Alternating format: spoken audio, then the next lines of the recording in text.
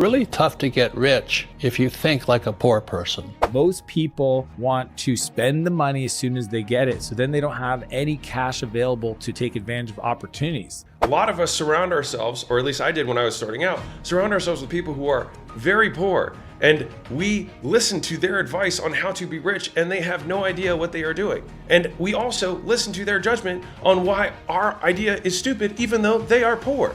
So what would they know?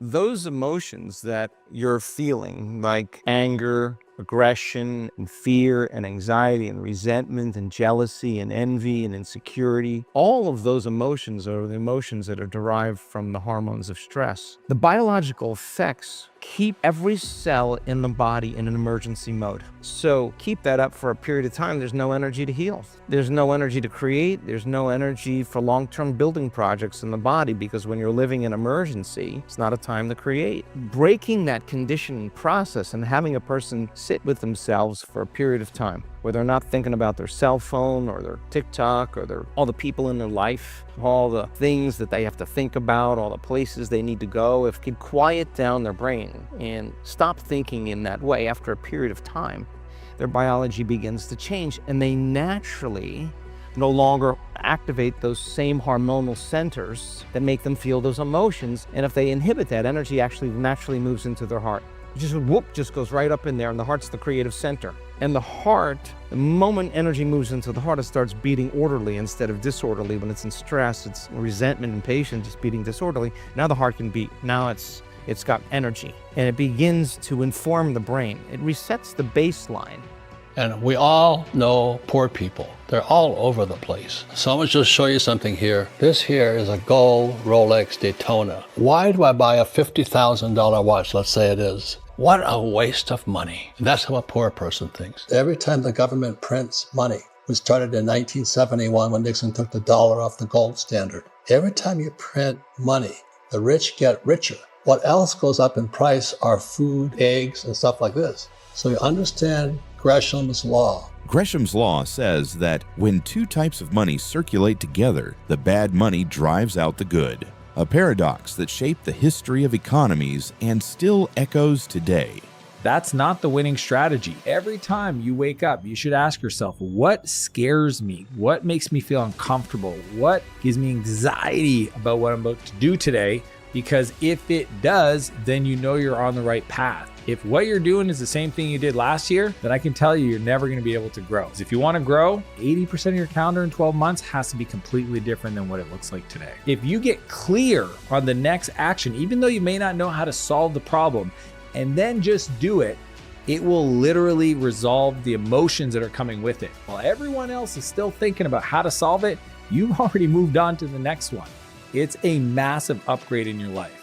Charlie Munger, my personal hero, had a seminal talk that he gave multiple times on how to live a miserable life. And the reason he gives it that way is that he believes in a process called inversion thinking, which is where you solve problems in reverse. So for example, if you want to have a good marriage, rather than asking the question, how do I have a good marriage? You ask the question, how would it destroy my marriage? And then you list out all the ways to destroy your marriage, and then you do the exact opposite of that.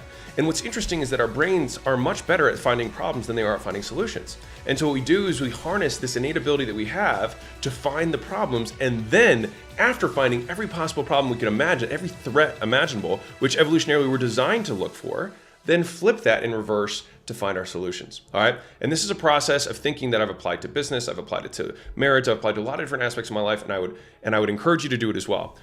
If you really truly wanted to be a happy person, you would have to stop complaining. You would have to stop blaming. You'd have to stop allowing your environment to control how you're feeling and thinking. And if you truly wanted to become a new personality, you would have to decide that the emotion of lack cannot belong in an abundant person. Because how could you believe in a future that you haven't seen yet? And the end product of an experience in three-dimensional reality is called an emotion. And so most people wait for their wealth to feel abundant. They're waiting for their new relationship to feel love. They're waiting for their success to feel empowerment. They're waiting for their healing to feel wholeness or gratitude. That's the old model of reality. And when you overcome your emotions, you master your creations.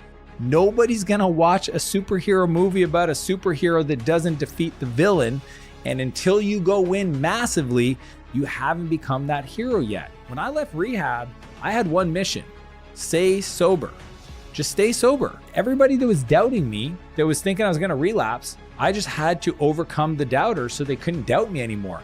I had to stay sober for so long so that it was undeniable that that was just my new future. That was how I was going to be. And everyone goes through hard times. And in those hard times, I kept stepping forward. I kept making better decisions. I kept showing and proving to everybody around me that that was who I was going to be. But that wasn't enough, because then I'm just normal. I may not be in jail anymore. I may not have a drinking problem anymore, but I'm still not successful in the eyes of other people. The difference is upward spiral or downward spiral. Here's the massive difference. In life, you're either spiraling upwards or you're spiraling downwards. If you realize you spiraled downwards so far in your life, there was a day where you made a decision that started that negative spiral. Every day you wake up to try to win, you keep the upward spiral going, knowing that your story of winning could be the most valuable thing that you ever create in your life. Your ability to overcome setbacks, that narrative will be one of the most powerful tools you have to support and change other people's lives. Here's what I believe.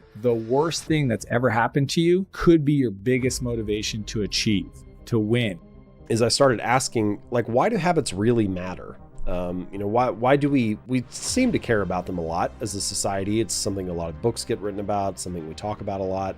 There's clearly some kind of deeper importance to them. So what is it? And the surface level answer is that we care about habits because they get us these external things that make us more productive and more fit and so on. And habits can help you do all of that stuff, which is great. But I think the real reason, the deeper reason that habits matter is that they are a signal internally to ourselves about who we are and what we care about. And, they're kind of a signal of like the story that we're telling ourselves. So in a sense, every time that you perform a habit, you are embodying a particular identity. Like when you make your bed, you embody the identity of someone who's clean and organized. When you shoot a basketball for 30 minutes, you embody the identity of someone who is a basketball player. And, you do those things once or twice, it doesn't radically transform the story you have about yourself. But if you keep showing up and shooting a basketball every day for 6 months or 2 years, or, at some point you cross this sort of invisible threshold where you're like, yeah, being a basketball player is like part of who I am. It's some aspect of my identity. How to stay poor. Make promises, break promises. So you make promises to yourself, you make promises to other people, and you destroy your reputation with other people. And that's a terrible thing. And it takes a long time to fix that. But the one that's the hardest one to fix is the reputation you have with yourself. You make promises to yourself and you break promises to yourself. Because the thing is, you're the only one who's holding you accountable. And I think a different version of happiness, in my opinion, is respect for oneself. And I think your own respect is the hardest to earn because you know how hard you could have pushed. You know if you could have gone for an extra mile, you could have showed up to the gym more times, you could have eaten better, you could have made more cold calls, you could have done more reach outs, you could have made more content, you could have over delivered on the product, you could have made a better version of that video and you decided to put it up anyways, even though you knew it wasn't as good as it could have been. And so you make promises to yourself and then you break promises to yourself and you lose respect in the process. It's an excellent way to stay poor.